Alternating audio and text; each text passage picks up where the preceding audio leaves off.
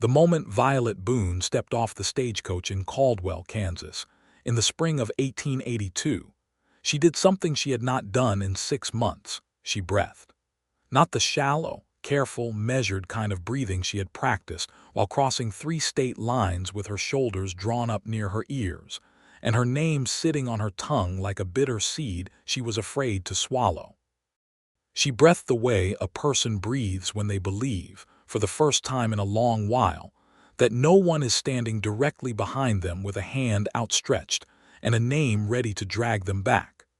The air smelled of cattle and dust and something that might have been cedar burning somewhere in the distance. The town of Caldwell stretched along a wide, chalky street lined with hitching posts, a general store, a land office, a saloon painted a color that had once been red and was now the memory of red, and a scattering of buildings that looked as though they had been placed not by design but by argument. It was loud and it was raw and it was nothing like the parlors of St. Louis, and that was exactly why Violet had come. She stood on the weathered planks of the stage depot with a single carpetbag in her left hand, and a hat that was not quite right for the territory too refined. St. Louis pulled low over her dark hair. She was 24 years old, which was old enough to know better and not quite old enough to have stopped hoping anyway. Her eyes were the particular shade of green that looked brown in the shade and almost gold in full sun, and her face, which had once been described in a parlor in Missouri as pretty in that clever way, was thinner now than it had been 6 months before. Running from a name does that to a person. The name she was running from was Hargrove, specifically Mrs.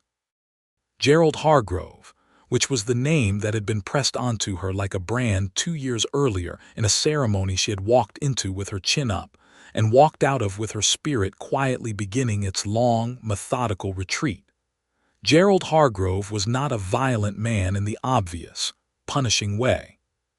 He was violent in the way that water is violent when it gets into the walls of a house slowly, persistently, invisibly, until one day you discover that the entire structure has been compromised, and you have been living inside something that is no longer safe.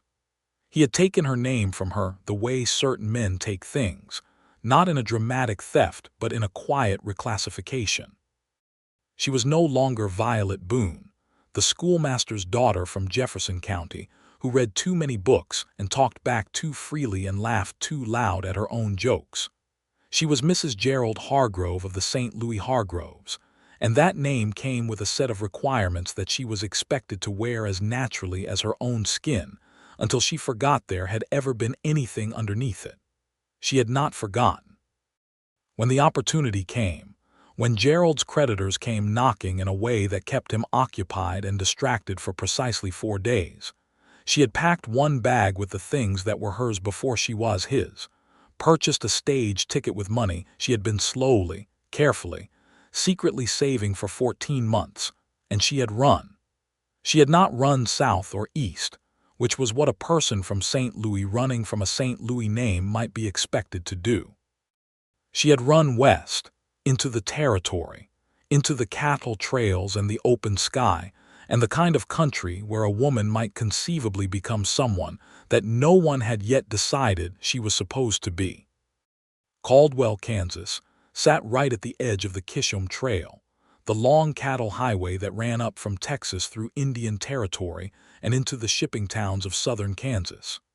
In 1882, it was still a working cow town, loud in the seasons when the drives came through and quieter in between, and it was the kind of place where people arrived with complicated histories and were generally not asked about them, provided they worked and did not cause a particular kind of trouble. Violet intended to work. She intended to cause no trouble, and she intended, more than anything else, to be nobody's wife for a very long time.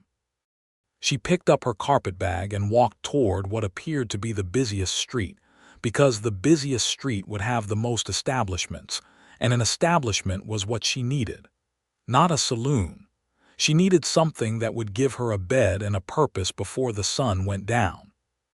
The woman behind the counter of the general store was named Mrs. Eugenia Pratt, and she had the particular sharp, appraising gaze of a woman who had seen a great many people come through a great many doors in a great many states of need. She looked at Violet for approximately 3 seconds before she said, "You just came in on the stage." "I did," Violet said. "You looking for work or for someone?" "Work," Violet said, "and a place to stay if there is one." Mrs. Pratt tilted her head to one side. "There's the boarding house on Elm Street run by the widow Dobson. She takes women, which not every place in this town will say." She paused. "And as for work, I've been needing someone with a legible hand to keep my inventory ledgers. My husband has the handwriting of a man who learned to write during an earthquake, and I cannot make head or tail of the last 6 months of figures." Violet had a very legible hand. She had in fact been educated more rigorously than most women her age, courtesy of a father who believed that a mind, once given the tools to think clearly, should be allowed to do so regardless of what it was housed in. She said, "I can do ledgers." Mrs. Pratt named a wage that was modest but honest. Violet accepted without negotiating, because she was not yet in a position to negotiate and she knew it. She gave her name as Violet Boone, dropping the Hargrove the way you drop a stone you have been carrying too long, watching it disappear into the dust without ceremony, and Mrs. Pratt wrote it in a neat, efficient way in her own register, and did not ask a single question about what had come before it. That was the first gift Caldwell gave her. She found the boarding house on Elm Street and introduced herself to the widow Dobson, a substantial woman in her 50s with iron-gray hair and a manner that suggested she had outlasted several things that had tried to diminish her. There were 2 other women boarding there, a young woman named Clara who worked at the millinery, and a woman named Ruth who did mending and alterations. They ate supper together that first night at a long table, and nobody asked where Violet had come from or why she had left, and the food was simple and warm and enough. She lay in the narrow bed in the room she had been given and listened to the sounds of Caldwell at night, the distant noise of the saloon, the shifting and occasional complaint of horses down the street, the prairie wind coming off the flatlands and pressing against the window glass with a kind of firm, indifferent patience. She was not happy yet. She was not even certain she remembered what happy felt like in a way that was real and not performed. But she was free, and free was something, and something was enough to sleep on. She had been in Caldwell for 3 weeks before she met Benjamin Whitfield. It happened at the general store on a Tuesday morning in April, when the light was still the pale, watery kind that came before the sun had decided what it wanted to do with the day. Violet was standing at the back counter, transcribing the previous week's inventory into Mrs. Pratt's ledger, dried goods on one column, hardware and tack on another, sundries in a third, when she heard the particular sound of the front door opening with more force than was strictly necessary. She looked up from the ledger.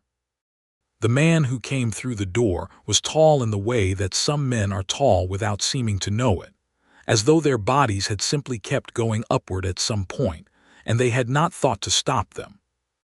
He had dark hair that was a week or 2 past needing a cut, and he was wearing a battered brown coat over a work shirt that had seen considerable use, and there was a quality to the way he moved through the door, carefully, with a quick, instinctive scan of the room, that suggested someone who was accustomed to spaces that required paying attention. He was carrying a piece of paper in one hand and had the distracted, slightly harried expression of someone who was trying to remember several things at once and was winning against maybe half of them.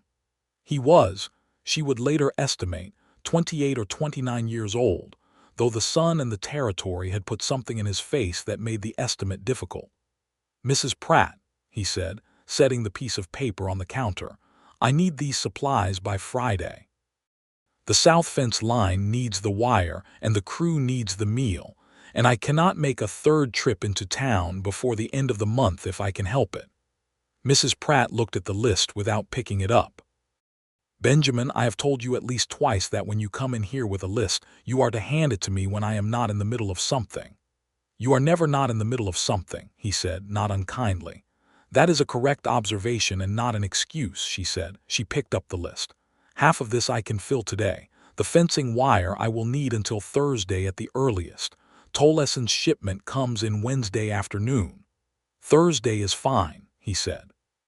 He became aware in the middle of this exchange that there was someone at the back counter looking at him. He glanced over. His eyes were gray, Violet noted, the specific gray of storm sky, and when they landed on her they did not slide away the way some men's eyes did when they found a woman assessing, categorizing, moving on. They stayed for a moment in what seemed like simple, unremarkable acknowledgement of her presence. "Morning," he said. "Good morning," she said, and returned to the ledger. She was aware, in the peripheral, professional way she had developed over the last 3 weeks for processing information about her immediate environment without appearing to do so, that he glanced at her again before he concluded his business with Mrs. Pratt and went back out through the door. It was not the look of a man with intentions. It was more like the look of a man who had noticed something that did not quite fit the pattern of the room and was quietly cataloging it. Mrs. Pratt watched him go, and then turned to Violet with the particular expression that older women in small towns sometimes produce when they believe they are being subtle. "That is Benjamin Whitfield," she said. "He runs the Whitfield cattle operation about 12 miles east of town. His father built it and his father before that. Benjamin has had it since his father passed, which was about 4 years ago now." "I see," Violet said and went back to the ledger. "He is a decent man, Mrs. Pratt said, in the tone of someone adding a footnote that they consider important. "That is good to know," Violet said politely, and continued with the inventory. She did not think much more about Benjamin Whitfield in the immediate aftermath of that meeting, because she was busy, and because she had made a quiet, firm resolution in her own mind that she was not in Caldwell for the purpose of finding a man. She was in Caldwell for the purpose of finding herself, which she was beginning to suspect was a longer and more complicated project than it sounded, because the self she was looking for was buried under 2 years of careful, systematic diminishment, and the excavation required patience. But Caldwell was small, and the Whitfield operation was large enough to require regular supply runs, and the world has its own logic that does not always consult the resolutions of its inhabitants. She saw him again 4 days later when he came to collect the fencing wire. He came in on a Thursday afternoon with 2 ranch hands, both of whom were occupied with loading the wagon out front, and while he settled the account with Mrs. Pratt, Violet was up on the short wooden ladder at the back of the store, reorganizing the upper shelf of dry goods, which had been arranged in a way that made no systematic sense whatsoever. The account settled, he was heading for the door when he apparently reconsidered, turned around, and said toward the back of the store, "Are you the one who reorganized the seed inventory last week?" Violet turned on the ladder. "I was," she said. "It's better," he said. "The way it was before, you had to move 4 things to get to what you actually needed. What you did make sense." It was, she reflected later, a remarkably specific compliment. Not pretty or charming or any of the things that men in parlors in St. Louis had said to her while meaning other things entirely. He had noticed something she had done and said it was done well. That was all. It was such a simple, clean thing that it stuck in her memory like a burr. "Thank you," she said. He nodded and he left, and she went back to the shelf. Over the weeks that followed, the interactions accumulated the way small things do, without drama, without design, simply by virtue of proximity and repetition. He came in on an irregular schedule determined by the needs of the ranch, which were considerable and various, and the times he came in often coincided with the mornings Violet was working the back counter on the ledgers. They developed the kind of easy, low-frequency conversation that forms between 2 people who share a space regularly and find each other's company non-irritating, which is a category of relationship that does not often receive the acknowledgement it deserves, but is in fact where a great many important things begin. He told her things about the ranch in the manner of someone who is accustomed to thinking through problems aloud and finds that having another person in the vicinity helps. She discovered that he was running several hundred head of cattle on land that had been in his family since the late 1860s, that the combination of a difficult winter in 1881 and the ongoing changes to the cattle market were making the financial side of the operation considerably more complicated than it had been when his father ran it, and that he had two ranch hands he trusted completely, a third whose judgment he trusted intermittently, and a foreman named Hooks who had been with the operation since before Benjamin was born, and who Benjamin regarded with the particular mixture of respect and exasperation that one reserves for people who are always right. She told him things in return, though she was more careful about what she chose. She told him she had come from Missouri. She told him she had worked in a general store before, which was only partially true.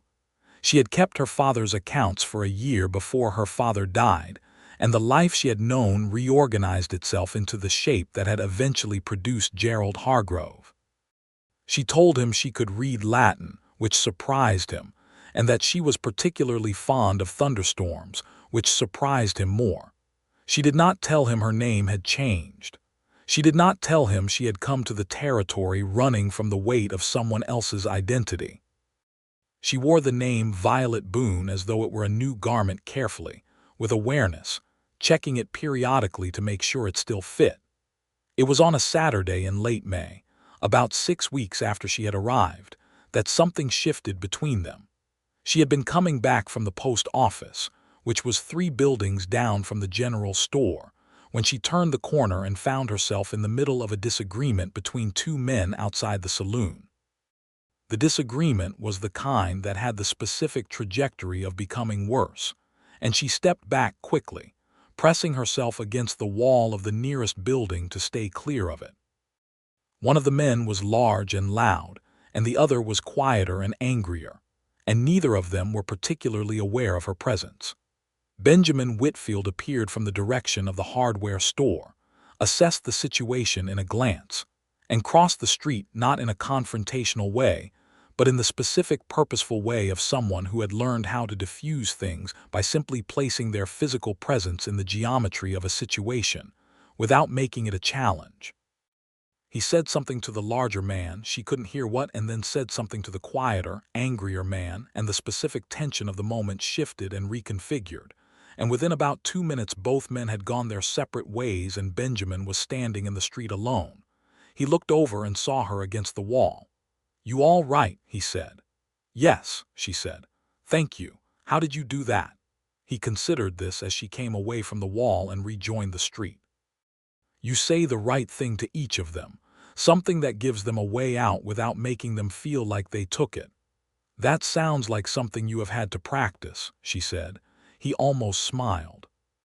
It was not a full smile. She had not yet seen him produce a full smile and was beginning to suspect it required specific conditions, but it was the motion in that direction.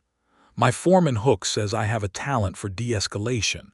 He means it as a compliment, though he does not always phrase it that way." "What does he say?" "He says I am the only man he has ever worked for who could talk a bull out of a fence line." She laughed. Not the polished, appropriate laugh she had learned in St. Louis parlors, but the real one, the one that was bigger than intended and lasted a beat too long, and made her cover her mouth with her hand the way she always did when she was caught off guard by her own amusement. He watched her laugh with an expression that was open and quiet, and that she could not entirely read. "That is a very specific skill," she managed. "Mostly luck," he said. They fell into step together in the natural way of 2 people who are heading in the same direction and have no reason not to be walking alongside each other, and they covered the length of the main street to the general store with the easy, inconsequential conversation of people who are comfortable in each other's company without quite having named it yet. At the door of the store she paused. "You were kind," she said, and meant it in a way that went beyond the immediate incident, beyond the 2 arguing men, in a way that she suspected he might not catch, and she was not sure she intended him to catch it yet. To step in like that, Not everyone would. He looked at her for a moment. His eyes in the afternoon light were less storm gray and more the color of still water. Not everyone needs to, he said simply. I happen to be there. She thought about that statement for the rest of the afternoon, turning it over like a smooth stone. Not everyone needs to. He had the particular quiet integrity of a man who acted without making a performance of it, who helped not because he wanted to be observed helping, but because the help was needed and he had the capacity to provide it. She recognized this because she had grown up with a father who was built the same way, and she had spent 2 years in a marriage to someone who was built almost exactly opposite. She was not falling in love with Benjamin Whitfield. She told herself firmly, not in the business of falling in love with anyone, and even if she were, she had been in Caldwell for 6 weeks, which was not long enough to know a person. But she was paying attention to him in a way that she was no longer quite successfully disguising from herself as simple observation. The summer came in fast and hot the way Kansas summers do, as though the sky had decided all at once that spring was finished. The cattle trails were busy and Caldwell was louder and more crowded than it had been when she arrived, and Mrs. Pratt's general store was correspondingly busier, which meant Violet was working longer hours. She did not mind the long hours. She had never been the kind of person who flagged in the presence of work to be done, and there was the additional benefit that busy hours left less room for the particular kind of quiet that was still occasionally visited by the memory of St. Louis, of Gerald Hargrove's careful, persistent erosion. She had heard nothing from Gerald. She had left behind no forwarding address and had told no one in St. Louis where she was going. And while she was not naive enough to believe this was permanent safety, the silence had lasted long enough that she was allowing herself to breathe a little more fully with each week that passed. One evening in late June, Benjamin came into the store near closing time, and he looked tired in a way that went beyond the ordinary physical tiredness of ranch work. He had mud on his boots and something careful and suppressed behind his eyes, and he bought a small collection of medical supplies, carbolic acid, clean linen, laudanum, that Mrs. Pratt wrapped for him without comment. Violet was pulling on her coat to leave and something made her ask quietly, "Is everyone all right out at the ranch?" He glanced at her. "One of my men got hurt," he said. "Fence post came loose. He'll be all right, but it was a close thing." "I'm sorry," she said, and she meant it in the genuine, specific way rather than the reflexive one. "Is there anything useful?" He paused, and she could see him weighing something. "Can you read a doctor's directions?" "The doc gave me written instructions for the treatment, and I want to make sure I understand them correctly before I get back out there." "Yes," she said. "Of course."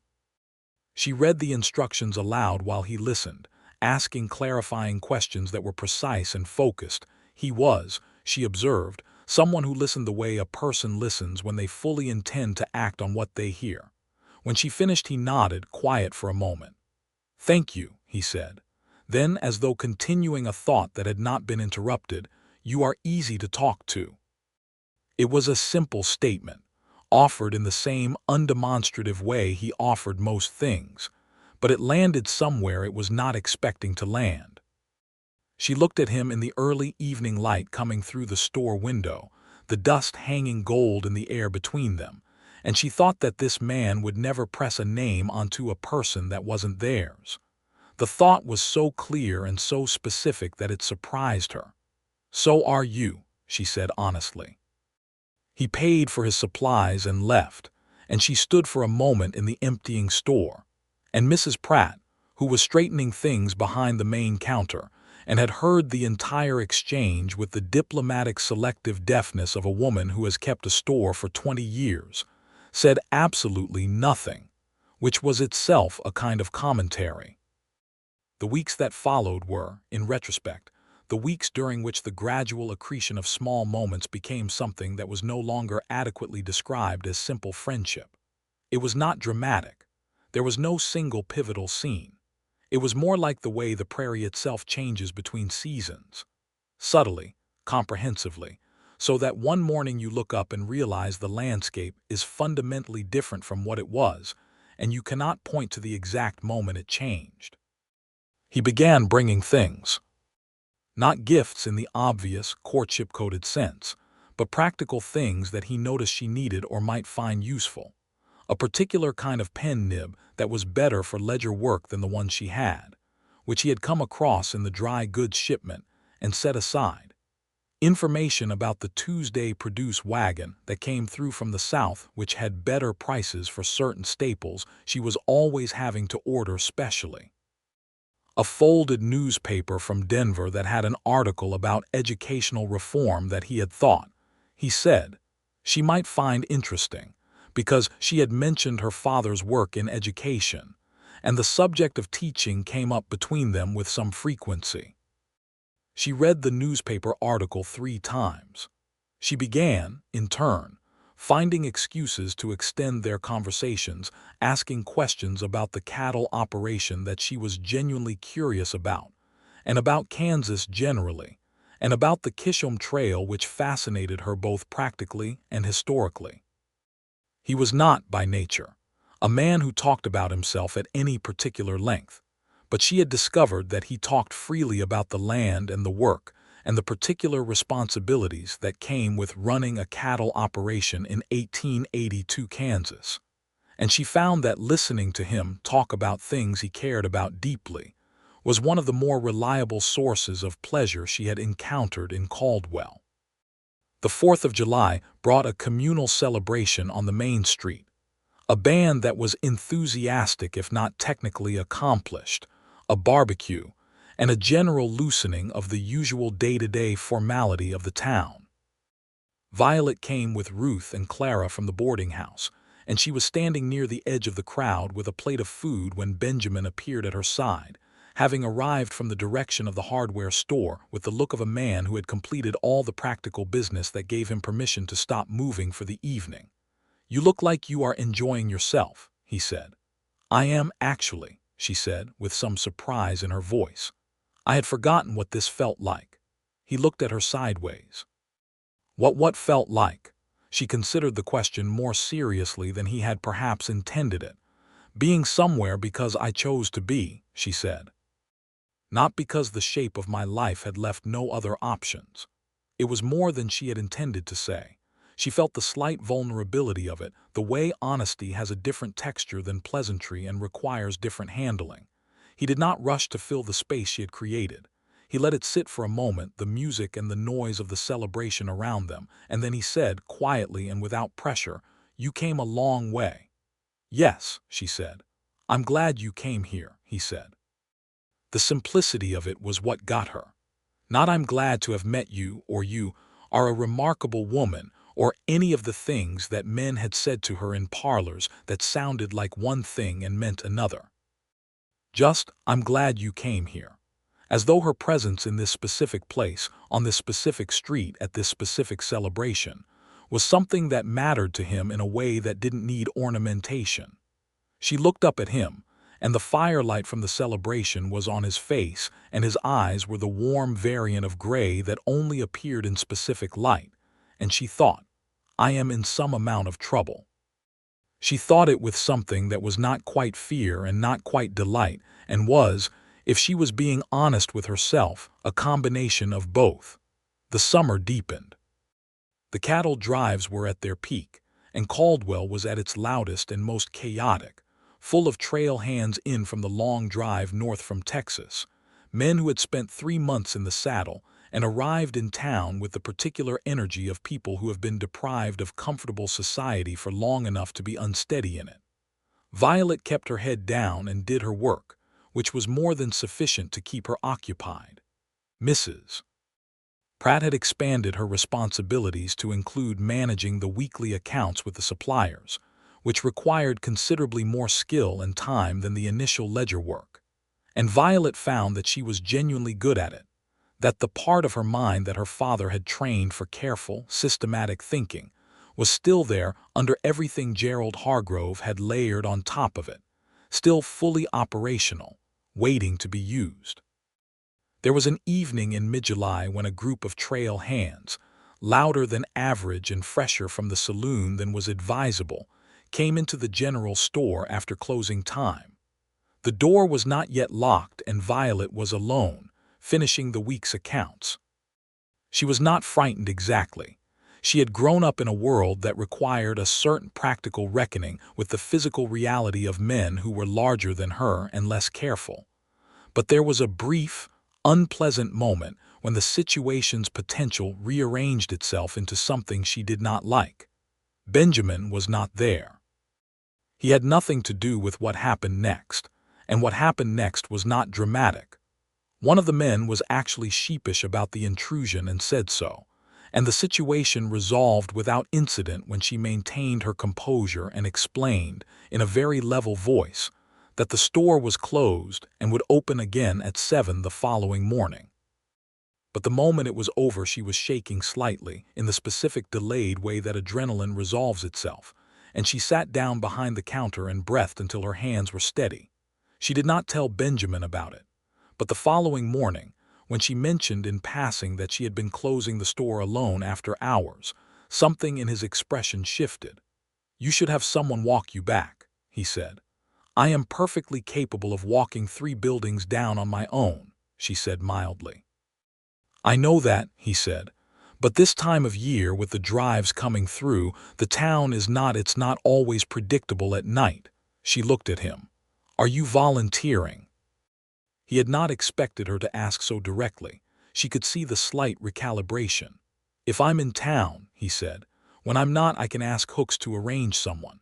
"You do not need to arrange someone on my behalf," she said, "but I will accept the offer of company when you happen to be available, because I enjoy the company, not because I require a guardian." He looked at her for a moment, and the corner of his mouth moved in the direction that was his version of a full smile. "That is a very clear set of terms," he said. "I have learned to be precise," she said. He was in town more often that month than the demands of the ranch strictly required. She noted this without commenting on it. He began timing his supply runs for the late afternoon, so that he was present when the store closed at the end of the day, and they walked together along the main street in the long, liquid prairie light of summer evenings, talking about everything and nothing with the easy fluency of people who have stopped performing for each other and are simply being. She told him things she had not told anyone in Caldwell. Not the specific details, not Gerald Hargrove's name, not the specific mechanics of what had happened in St. Louis, but the texture of it. She told him one evening, with the sky going red in the west and the dust rising in the long light, that she had been married and that the marriage had not been the kind that a person looks back on with warmth. He did not ask questions she had not offered answers to. He walked beside her in a silence that was not uncomfortable but was, she felt, attentive and careful. And then he said, "You left." "Yes," she said. "How long ago?" "About 8 months now." "And you came here?" "I came here," she agreed. He was quiet for another moment.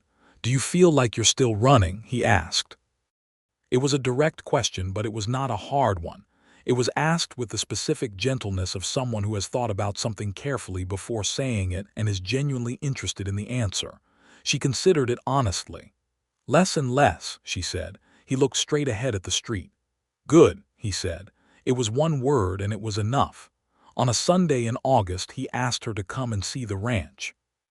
He asked it in the way he asked most things, directly, without preamble, standing in front of the ledger counter with his hat in his hand. "I would like to show you the place," he said, "if you have a Sunday free. There's nothing formal about it. It would just be, I've talked about it enough that I thought you might want to see it, and I would like you to see it." The last part, the honesty of "I would like you to see it," was the part that made her say yes. She rode out to the Whitfield ranch on a Sunday morning with the sky huge and cloudless overhead and the prairie grass moving in the wind like something breathing.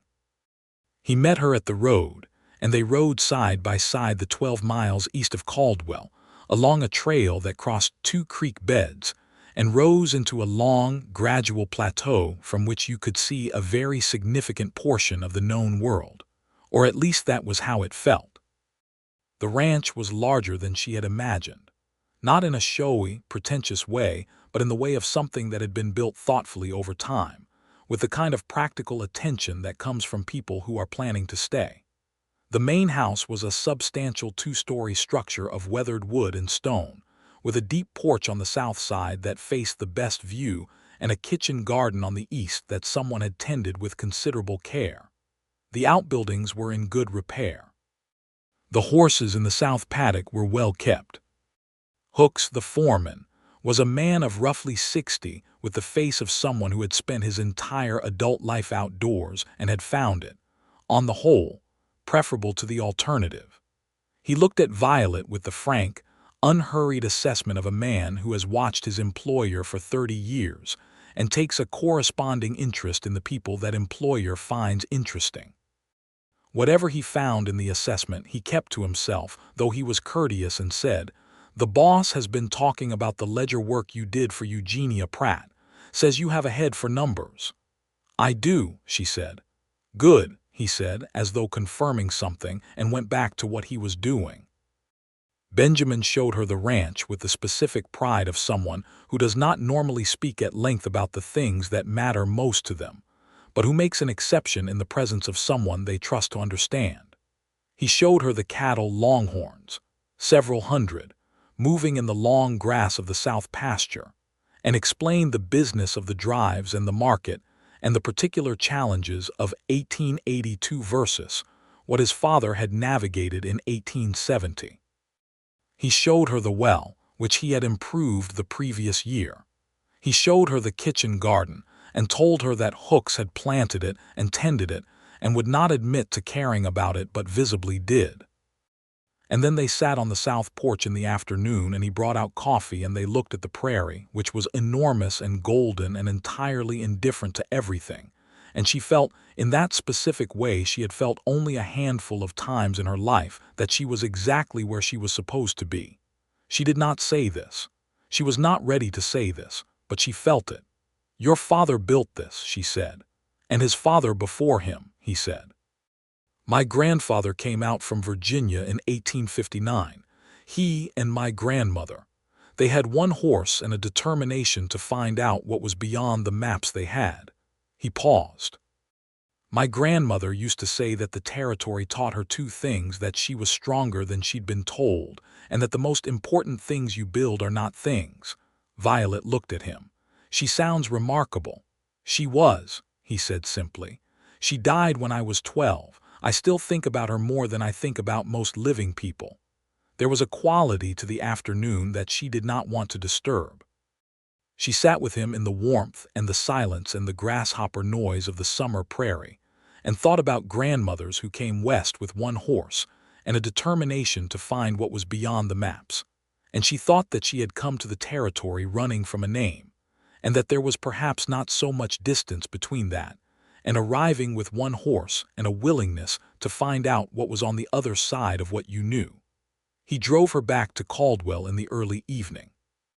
At the boarding house door he reined in and she stepped down, and he stayed in the saddle and said, with the particular care of a man choosing his words thoughtfully, "I'm glad you came today." "So am I," she said. He looked at her from horseback in the fading light.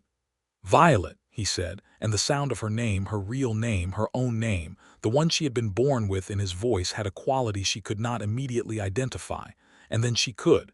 It sounded like something acknowledged, something recognized. Not the name he was required to use for a Mrs. Someone, not the name on a social card in a St. Louis parlor, but Violet, as though the word meant specifically and exactly her. "Good night, Benjamin," she said, and went inside before her expression could fully arrange itself into something legible. September arrived with the first suggestion of coolness in the mornings, the grass going from green to gold in the way that Kansas grass does in autumn, and the cattle town beginning to settle as the season of drives tapered toward its end. The town was quieter now. The trail hands dispersed back toward Texas or taken on by local operations for the winter, and Caldwell resumed the steadier rhythm of a working community rather than a stopping point. There was a complication in September, and it arrived in the form of a letter. It came through the post office addressed to Violet Boone, which told her immediately that it was from someone who knew that name, someone from before Missouri, someone who knew her father's name and not her married one. It was from her aunt in Jefferson City, her father's sister, a woman named Agnes who had been kind to Violet in the way that certain relatives are kind consistently, practically, without drama. Agnes wrote to say that Gerald Hargrove had made inquiries. Not in Jefferson City specifically, but in St. Louis, and a lawyer had been involved, and the word desertion had been used. Violet sat with the letter for a long time. Outside, the September wind moved through the main street, and the sound of ordinary life in Caldwell went on around her, and she sat in the small room at the boarding house and held the letter, and felt the fear that she had been carefully setting aside for 5 months reassemble itself. Desertion. It was the word that men used when their wives made the only reasonable decision available to them. It was the legal mechanism by which a woman who had chosen herself over someone else's definition of her could be classified as the wrongdoer. It was Gerald Hargrove's method, not violence, never the kind of thing that left visible evidence, but the patient, methodical application of legal and social pressure. She did not go to work the next morning. She sat in the boarding house and thought about what it meant, and what it changed, and what she could do, and the answer to the last question was limited in ways that were specific to 1882 and to the legal position of a woman in that particular year. Mrs. Dobson brought her tea without asking, in the specific way of a woman who has seen enough life to recognize the shape of a particular kind of trouble without requiring an explanation of it. Ruth, who did the mending, sat with her in the afternoon and also asked nothing, which Violet found more comforting than any questions could have been. It was Benjamin who she told, not the same day. 2 days later, when he came into the general store on what had become his unofficial weekly errand that was only partly about supplies. She waited until Mrs. Pratt had gone to the back and said, quietly, "I had a letter. From family in Missouri. There may be legal difficulty. To do with my leaving." He set down the harness buckle he had been examining and looked at her. "Legal difficulty how?" he said. She told him. She told him more than she had told anyone in Caldwell, because the situation required it, and because she had reached the point in her knowledge of this man where she trusted him to receive difficult information without making it into something it was not. She told him about Gerald Hargrove and about the marriage, and about the specific, grinding way that her name had been reclassified, and her identity gradually absorbed, until there was very little of Violet Boone left inside Mrs. Gerald Hargrove. And she told him about the 14 months of saving, and the 4 days of opportunity, and the stage ticket west. He listened the way he always listened, completely, without interruption, without the visible effort to formulate a response before she was finished. His face was still, which she had learned did not mean he was not affected, but simply that he was not the kind of man who showed everything on the surface as it happened. When she finished, he said nothing for a moment. Then he said, "Does he know where you are?" "I don't believe so," she said. My aunt's letter did not indicate that he knew, only that he had made general inquiries. But he has money, and money makes things more complicated. "Yes," he said, "it does." He was quiet again, thinking. "There is a lawyer in Caldwell," he said. "Elias Cartwright. He's not fancy, but he's honest and he's thorough and he knows territorial law. It would be worth talking to him about where you actually stand." "I know where I stand," she said. It came out more bitterly than she intended. "I stand where a woman in 1882 always stands in this kind of situation, which is in a place where having good legal counsel matters considerably," he said, not dismissing her meaning but not agreeing to be defeated by it either. "Let me take you to see Cartwright." She looked at him. "You do not need to involve yourself in this." He met her eyes steadily. "I know I don't need to," he said. "I'm asking to." The distinction was not small. She felt it. "All right," she said. Elias Cartwright turned out to be a thin, meticulous man of about 50 with spectacles, and the deeply organized mind of someone who has spent decades finding order in the specific chaos of frontier legal situations. He listened to Violet's account without any of the visible discomfort that she had anticipated, taking notes in a small, precise handwriting, and asked several questions that were sharp and practical and to the point. His assessment was this: the claim of desertion had some legal basis in Missouri law, but the enforceability of that claim in the territory was significantly limited. A Missouri court's jurisdiction did not extend to Kansas territory in any practical sense, and the process of pursuing it through the territorial courts would require Gerald Hargrove to hire counsel in Kansas, travel to Kansas, and make a sustained and expensive effort over a prolonged period.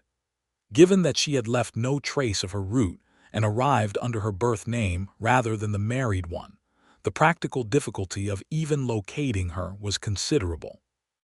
"What I would advise," Cartwright said, "is that you file a petition for divorce here in the territorial court on the grounds of abandonment." Which, from the territorial court's perspective, is what you can credibly claim that he abandoned the responsibilities of the marriage, driving you to leave. He paused. It's not a perfect legal argument, but it's a better position than waiting to see what he does. Violet was quiet for a moment. Divorce in 1882 was not a simple thing and not a socially uncomplicated thing. She knew this. She had known it when she left St. Louis. But sitting in Elias Cartwright's office in Caldwell with Benjamin beside her, and the clear autumn light coming through the window, she thought that she had not run 3 state lines to sit quietly and wait for Gerald Hargrove to determine what happened next. "Violet," she said. Cartwright nodded with the matter-of-fact manner of a man who approves of decisiveness. He quoted his fees, which were modest, and Benjamin, sitting quietly in the chair beside her, said nothing at all, which was the right amount to say. Afterward, on the street outside, she said to Benjamin, "He is going to contest it." "Probably," he said. "It could take a long time." "Probably," he said again. She looked at him. "That does not trouble you." He looked back at her directly. "Why would it trouble me?" he said. She did not have a clear answer for why she had expected it to. She said, "Because it makes me complicated, legally and otherwise." He looked at her for a moment with the specific quiet attention that she had come to know as his way of making sure he said something true rather than something easy. "Violet," he said, "you have been complicated since I met you. That is not a complaint." She laughed, sudden and real and without the hand over her mouth this time, and the sound of it surprised a dog sleeping in the afternoon shade of the hardware store, who raised its head briefly and then went back to sleep. October brought the first real cold and the particular clarity of autumn light on the Kansas plains. The sky, a deep, hard blue, and the grass gone fully gold, and the cottonwoods along the creek beds turning yellow. Violet was still filing papers and waiting, which required the specific kind of patience that is different from resignation, the patience of someone who has made a decision and is now doing the work of seeing it through. She was also, somewhat to her own surprise, happier than she had been in several years. There was a quality to her life in Caldwell that she had not anticipated when she arrived, a dailiness to it that was, for the first time in a long time, genuinely hers. She worked hours she had chosen, in a place she had found, doing work that used the parts of her that were actually herself. She had friends, Mrs. Pratt, who was becoming something closer to a mentor, Ruth, who could make anything out of nothing and who Violet had come to find quietly admirable, Clara from the millinery, who was young and funny and easy company, and she had Benjamin, which was its own category. They had not spoken about what they were to each other. The conversations they had were real, and the time they spent together was easy, and the way he looked at her in certain lights was not ambiguous, but neither of them had said anything definitive, and she was not entirely certain whether this was because it was too early, or because it was complicated by her legal situation, or because they were both, in their different ways, people who moved carefully with the things that mattered. It was on a Saturday evening in late October, at the communal supper at the church hall that Caldwell organized at the end of harvest season, that the thing that had been growing between them for months finally found its words. They were sitting at the end of a long table, the noise and warmth of the gathering around them, and the conversation had gone quiet in the way it sometimes did between them. Not empty quiet, but full quiet, the kind that doesn't require filling. She was looking at the candles on the table and thinking about something he had said earlier, something about his grandmother's kitchen garden, and how he still planted it the way she had shown him. And she was thinking that this was what she wanted from a person. Someone who tended the things they had been given with the same care the original tenders had used. Someone who did not let important things diminish through inattention. "I need to say something to you." She looked over at him. He had his hands on the table in front of him, not quite laced together, and he was looking at her with the expression of someone who has decided to be honest and is committed to following through. "I know the situation with the legal matters is not resolved," he said. "And I know you have not been in the territory long, and I know that you came here for yourself, not for anyone else, and I understand that. I understand all of that." She waited. "But I think you know," he said, "that what I feel about you is not something I am able to pretend is straightforward friendship anymore. I have tried because I did not want to make things harder for you than they already are. But I am not particularly good at pretending about things that matter." He paused. "You matter to me, Violet, in a way that I think is fairly clear and that I wanted to say plainly, because you deserve plain things said plainly." The candles on the table were warm and the room around them was full of the sounds of other people's ordinary happiness, and Violet felt something inside her, something that had been held at a careful distance for months, at a careful distance for years really, something she had been protecting from the specific way that hope can be used against a person felt that thing step forward. "I have known it for a while," she said. "What I felt. I was being careful." "I know," he said. "That's a reasonable thing to be." "I am still being careful," she said. "I want you to know that it has not been about you, what I have been careful about. It has been about myself. About making sure that what I feel is real and is mine and is not the kind of thing that comes from being lonely or grateful or afraid." He nodded. He understood this. She could see that he understood it. "But it is real," she said. "And it is mine. And I think you are a person worth being not careful with eventually, and I would like to find out if I am right." The almost smile appeared, and then went further than it usually went, and she saw for the first time what Benjamin Whitfield looked like when he actually smiled.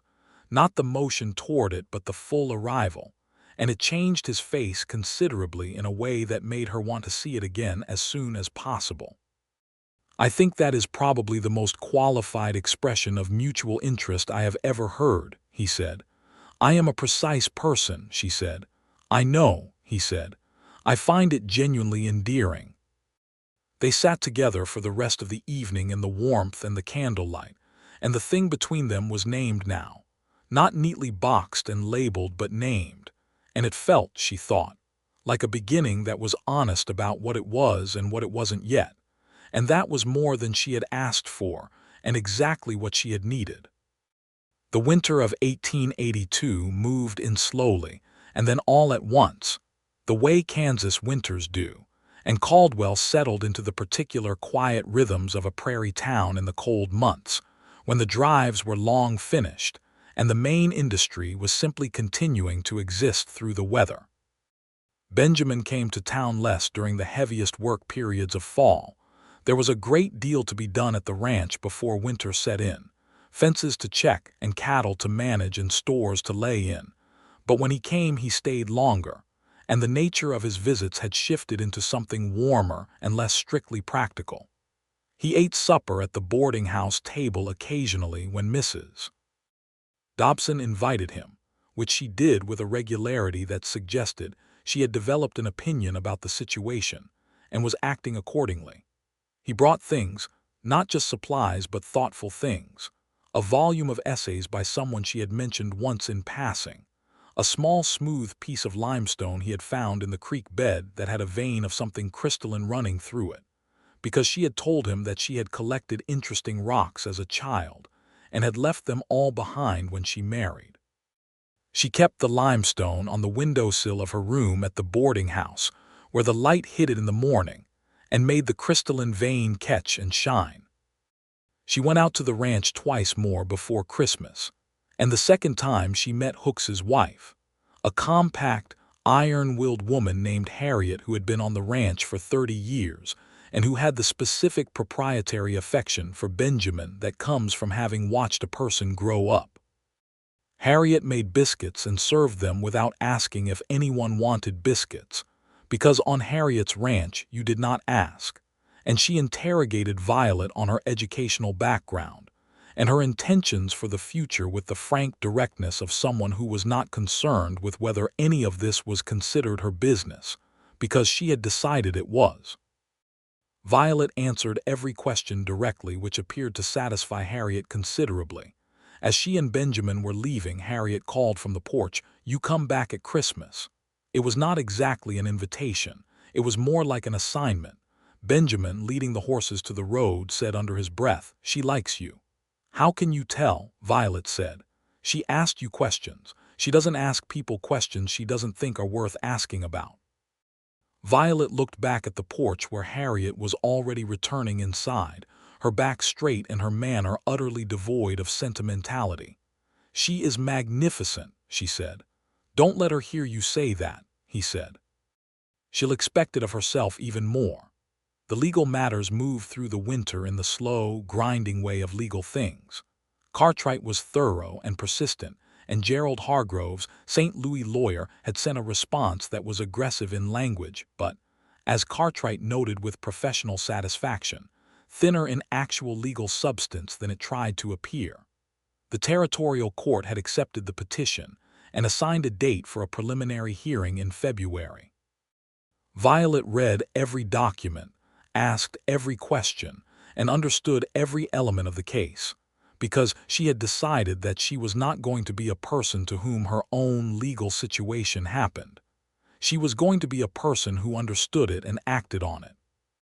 Benjamin did not attend the hearing in February with her, because she had told him, clearly and specifically, that she needed to do it herself, and he had respected this in the way he respected most things she told him directly, completely, without the specific male need to be helpful that some men experience as a right to override the stated wishes of the person they are trying to help.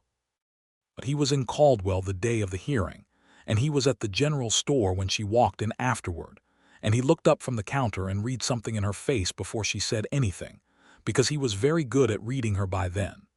"How did it go?" he said. "Cartwright thinks we are in a strong position," she said. Gerald Hargrove's lawyer didn't appear, which Cartwright said suggests either that Gerald has decided not to contest seriously, or that he has not yet organized himself to do so. "Either way, it is good news for now." Benjamin let out a breath. "Good," he said. "It is not final yet," she said. "It could still take months." "I know," he said. She looked at him across the counter of the general store where they had met, where they had built the kind of daily knowledge of each other that turned out to be the most reliable foundation for the other kind of knowledge, the deeper kind, the kind you built by paying careful, consistent attention to another person over time and discovering that you liked what you kept finding. "I want to be honest with you," she said. "You always are," he said. "I mean about this specifically," she said. "About what I want. When the legal matters are resolved," she took a breath. "I did not come to Caldwell to find a husband. I came here to find myself, and I have found myself. I know who I am again. I know what I think and what I want and what I value, and who I am without someone else's name defining the boundaries of that." She paused. "And knowing that, knowing it fully and clearly, is what allows me to tell you that I want to be with you. Not because I need to be, and not because I am afraid of being alone, and not because the situation requires it. Because I choose to. Because you are the kind of man I would choose." He came around the counter.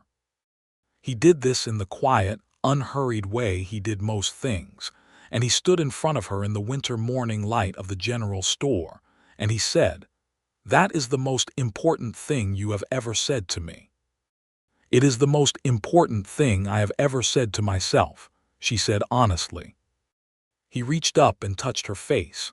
Not a claiming gesture, not possessive, just the specific gentleness of a person making contact with someone they love, and are glad to have near them.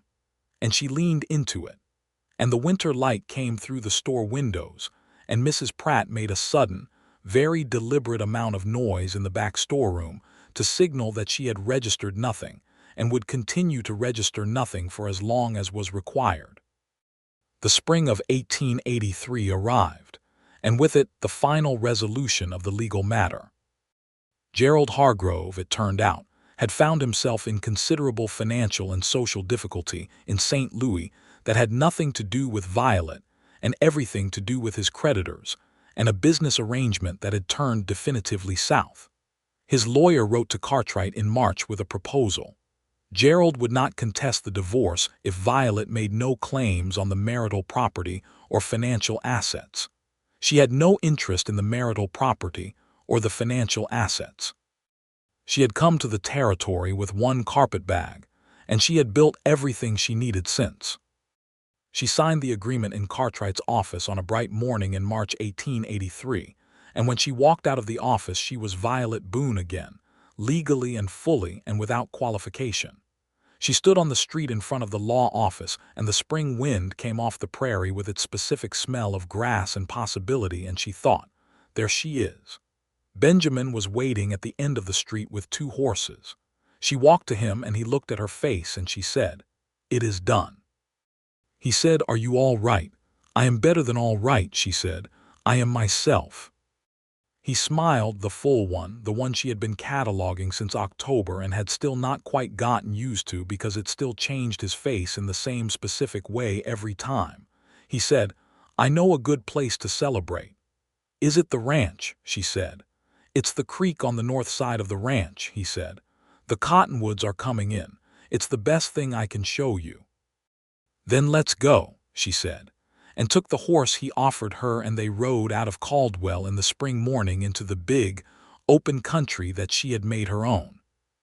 He asked her to marry him at the creek, not because he had planned it as the location, but because they were sitting on the bank with the cottonwoods coming into their first pale green leaf overhead, and the water running over stones with the particular cheerful persistence of creek water in spring, and the moment arrived the way certain moments do. Not because anyone staged it, but because the thing that needed to be said finally had the right space and the right light and the right person sitting close enough to say it too. He did not make a great formal speech of it. He was not a man who made great formal speeches, and she would not have wanted one if he had been. He said, "I want to ask you something, and I want to be clear that the asking does not carry any expectation." She looked at him. "Violet Boone," he said, and again, always, the sound of her name in his voice had that quality of being recognized. "Would you consider marrying me? Not to give you a name or to take the one you have.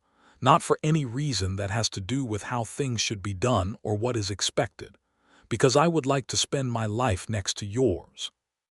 Because I think we are good together in a way that is real and that I do not want to waste." She was quiet for a moment. The cottonwoods moved above them and the creek ran over its stones. "When I came to Caldwell," she said, "I was terrified of someone giving me a name again, of finding myself classified and named and reduced back into someone else's idea of who I was. That was the specific fear." She paused. "And the thing about you, the thing that has been true from early on, is that you never once tried to give me a name I hadn't chosen. You called me Violet because it was my name. You never tried to make me anything except what I already was." She looked at him. "You gave me my name back in a way, not by doing anything particular, just by seeing me." His expression was open and quiet and entirely intent on her. "Yes," she said. "Yes, I will marry you." He let out a breath that had apparently been contained for some time. She laughed at the sound of it, and he laughed too, a full, warm laugh that she had heard only a handful of times, and that she resolved to hear considerably more frequently from here forward. They were married in May of 1883, in the church in Caldwell, on a day when the sky was the specific high, clear blue of a Kansas spring. It was not a large ceremony. Violet had no family near enough to attend, though Agnes sent a letter from Jefferson City that arrived the week before, and said more in 3 paragraphs than some people manage in entire correspondence histories. Hooks and Harriet were there. Harriet in a dress she had clearly not worn in some time but had clearly maintained in a state of perfect readiness, and Mrs. Pratt and the widow Dobson and Ruth and Clara and Elias Cartwright, who came in his good suit and looked quietly pleased with himself. Violet wore a dress she had made with Ruth's help, pale blue, practical, beautiful in the specific way that practical things sometimes are when they are made with care. She carried wildflowers that she had found along the creek that morning, because there were no florists in Caldwell, and because wildflowers seemed more honest anyway. At the altar, Benjamin looked at her with an expression that she had not seen from him before, and that she thought she would spend a considerable amount of time in the future learning to read more precisely. It was not the polished, performative expression of a man at a ceremony. It was the unguarded expression of a man who is looking at the most important thing in his life, and is not sure his face is adequately up to the task of communicating that, and is doing his best anyway. She had the same problem. The minister said the words and they said the words back, and Violet Boone became Violet Whitfield, and she had chosen it, every syllable, every implication, every responsibility, with her eyes open and her mind clear, and her heart so full it was doing things that were not quite describable in the neat, careful language she usually preferred for important matters. They moved to the ranch. Not immediately, because there were things to organize and transitions to make, but within a month Violet had said her goodbyes to Mrs. Dobson's boarding house and to the room where the limestone sat on the windowsill catching morning light, and she brought the limestone with her because it was hers, and she placed it on the windowsill of the bedroom in the Whitfield ranch house, where the morning light was even better. The ranch became hers in the way that a place becomes yours, not through possession, but through care and time and daily engagement with its particular life. She took over the accounts, which had been kept reasonably but not brilliantly, and applied to them the same systematic intelligence she had applied to Mrs. Pratt's ledgers, and the result was that Benjamin could, for the first time, see clearly and quickly where the operation was profitable, where it was leaking money unnecessarily, and where there were genuine opportunities to expand. He was a good rancher. With her running the business side, the Whitfield operation became something more than that. She did not stop working entirely outside the ranch. She arranged with Mrs. Pratt to consult on the store accounts weekly, which gave her reason to come into town and maintain the friendship that had, in its way, made everything else possible. She also, and this was something she had been thinking about since the summer, since the conversation about her father and education, approached the school board about the possibility of teaching at the territorial school that served Caldwell and the surrounding homesteads.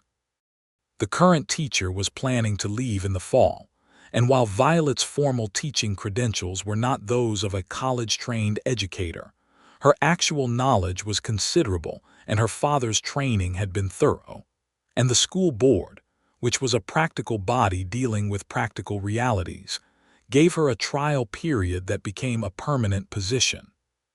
She taught 31 children in a one-room schoolhouse, ages ranging from 6 to 14, and she was, by every available measure, very good at it. She was good at it because she took it seriously, and because she genuinely liked children's minds, the specific quality of a mind that has not yet been told which questions are worth asking, and which are not, the quality her own mind must have had once, before the years of careful management had worked on it.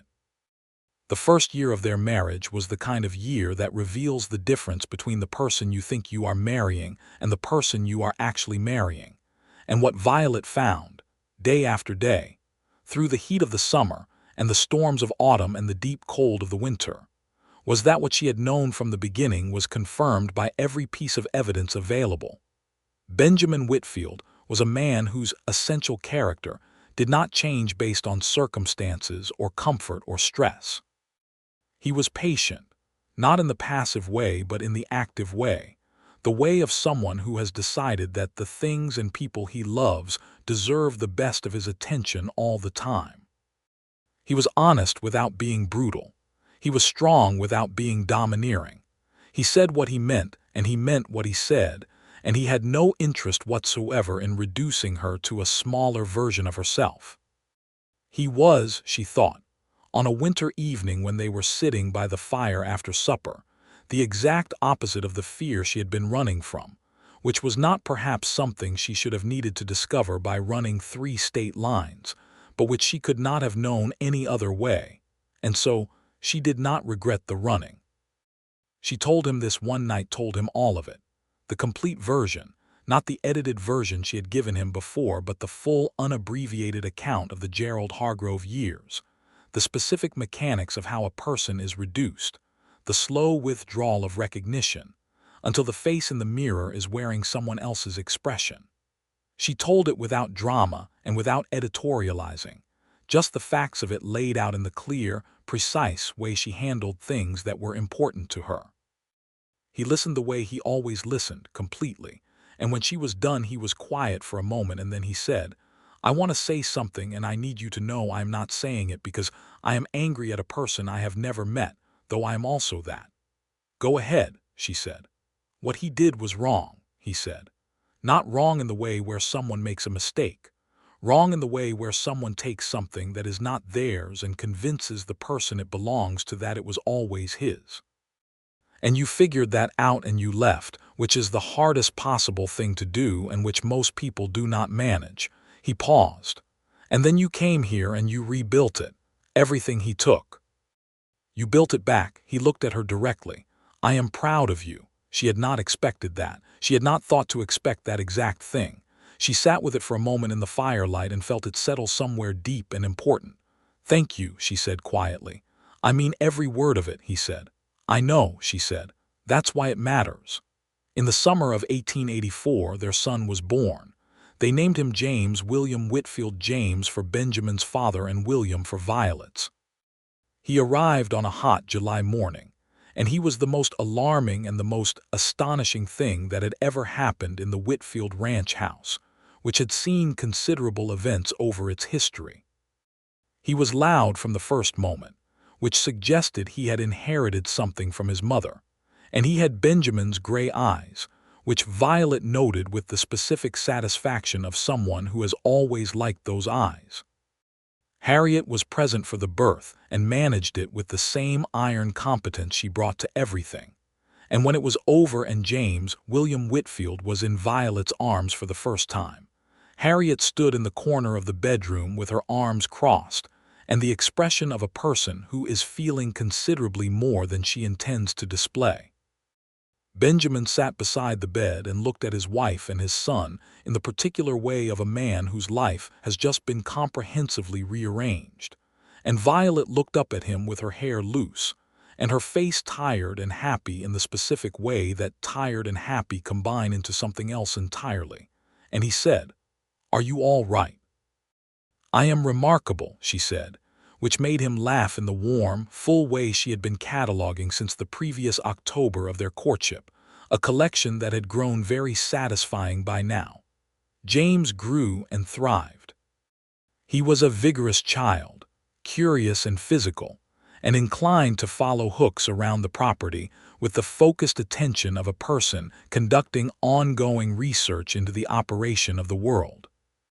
Hooks bore this with more grace than anyone had expected, and was observed on multiple occasions crouched down in the dust of the paddock, explaining with great patience and accuracy the function of various pieces of equipment to an 18-month-old who understood perhaps 30% of the vocabulary, but was clearly filing all of it for future use.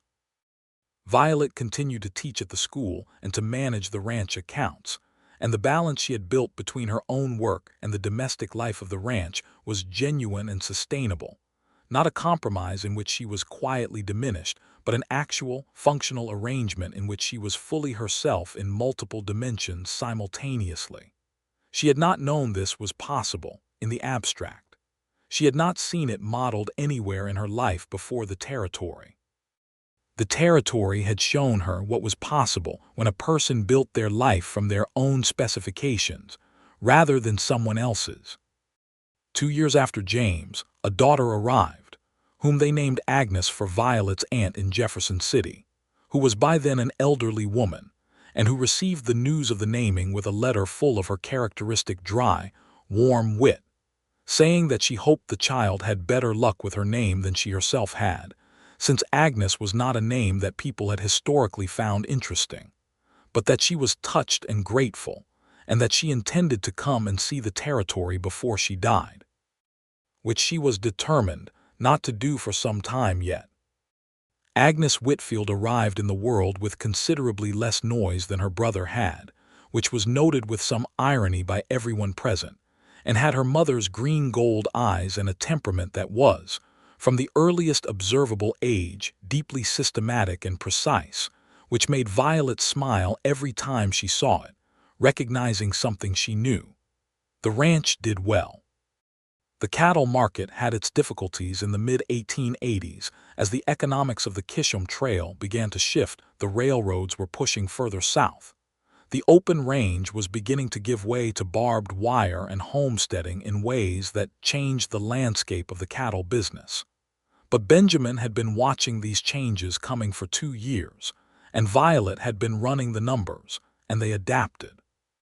They added a smaller operation in horses, which had a steadier local market, and they diversified the land use in ways that the pure cattle operations that went broke in those years had not managed to do. Hooks retired from active ranch management in 1886, and Harriet declared this to be an arrangement that would last approximately 2 weeks before he found something else to do, which was correct. He became the official trainer for the horse operation, which he was very good at, and he and Harriet moved into a small house on the north part of the property that Benjamin had built for them, and the arrangement suited everyone considerably.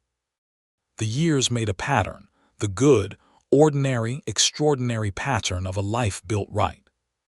Summers were loud and full of work and the children growing, and winters were quieter, and the evenings around the fire were long and good, and the springs kept arriving with their inexhaustible grassland brightness. And each spring Violet felt some version of what she had felt stepping off the stagecoach in Caldwell in 1882, that specific quality of breathing in a place where no one was standing directly behind you with someone else's name. Her name was Violet Whitfield now, and she had chosen it, and it fit the way things fit when they are chosen rather than imposed cleanly, without constraint, with room for everything inside it that she actually was. In 1887, a young woman arrived in Caldwell on the afternoon stage with a single bag and the specific expression of someone who had come a long way and was not entirely sure what came next.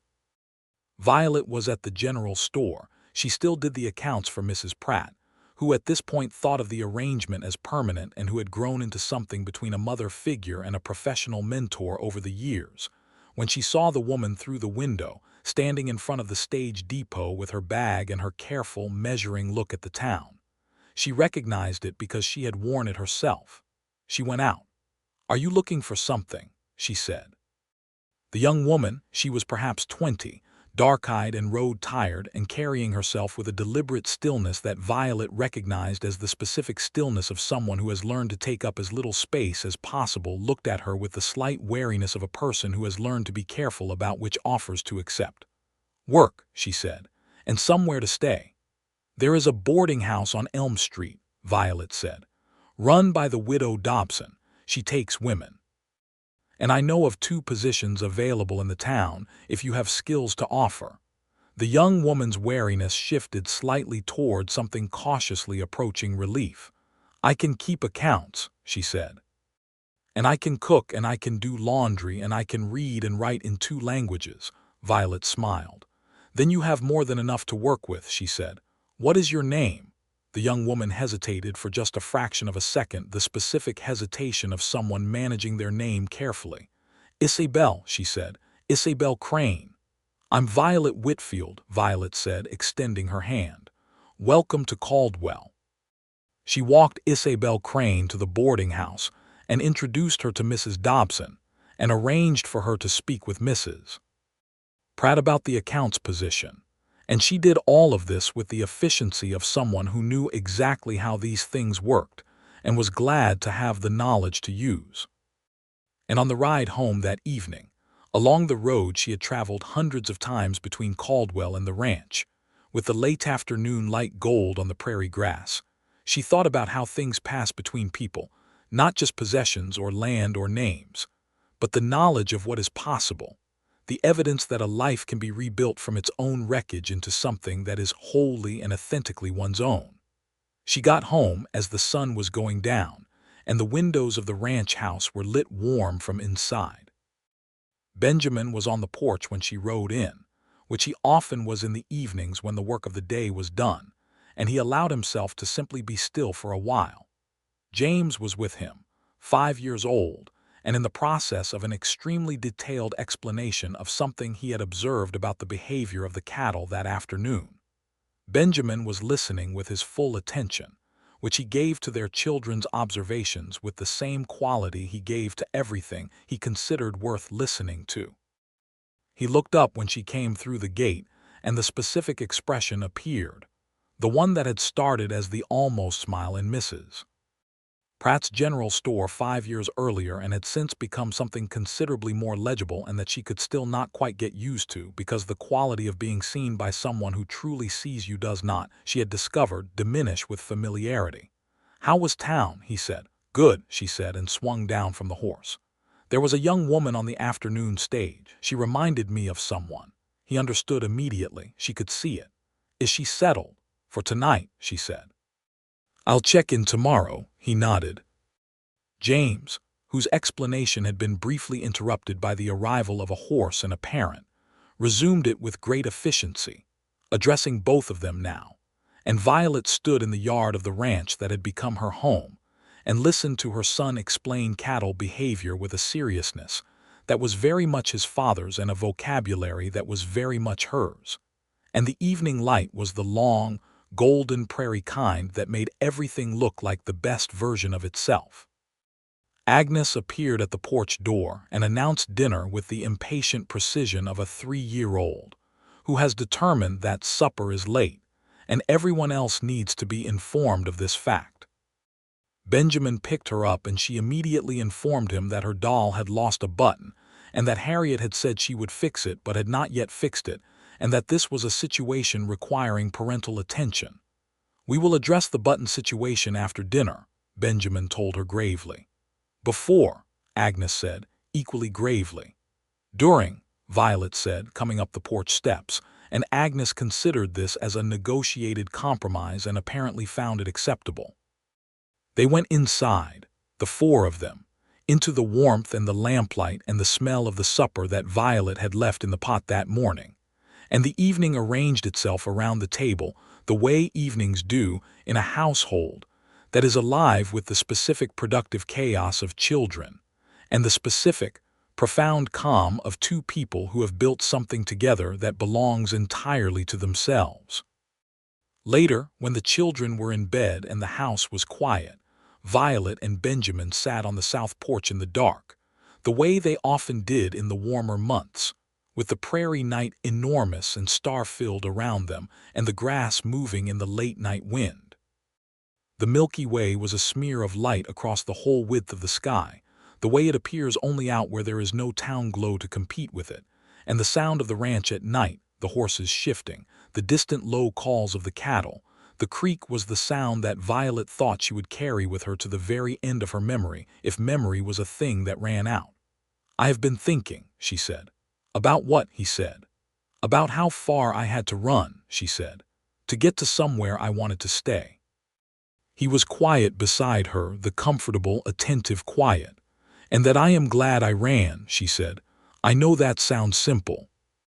But when I think about what I was running from and where I ended up running to, the distance makes sense. I had to come far enough that the old weight couldn't follow." "And did it?" he said. "Follow?" She thought about this honestly. "The memory of it follows," she said. "Not the weight. The memory is just a memory now. It tells me what I had and what I gave up and what I built back. It doesn't define me anymore." She looked up at the sky. "You had something to do with that." "You had everything to do with that," he said. "I just happened to be nearby."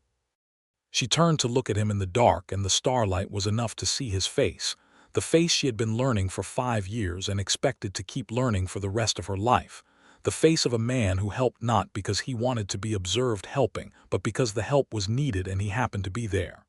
"You gave me back my name," she said. "Not the legal one I gave back to myself, but the other kind, the kind that means who you actually are."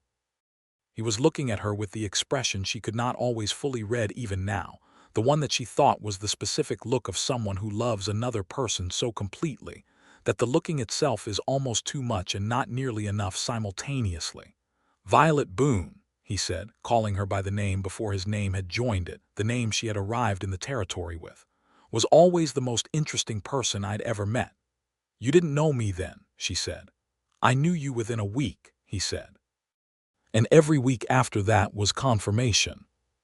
She laughed, the real one, the too big one, and he laughed with her, and the prairie night went on around them, indifferent and enormous and somehow exactly right. She leaned into him the way she had learned to lean into someone you trust completely, not because you cannot stand upright on your own, but because standing close to someone when you have chosen to do so is one of the genuinely good things in the world. And she was a person who had come far enough and done enough work to have earned the simple, extraordinary pleasure of knowing it. The stars moved above the Whitfield ranch the way they had moved above the Kansas plains since long before any name had been given to the land or to any person on it. And below those stars, in the warmth and the dark, Violet Whitfield sat with her husband on the porch of the home they had built together, and she was whole. She was entirely, absolutely, completely herself. She was, at last, precisely where she had always been running toward, not away from something, but home.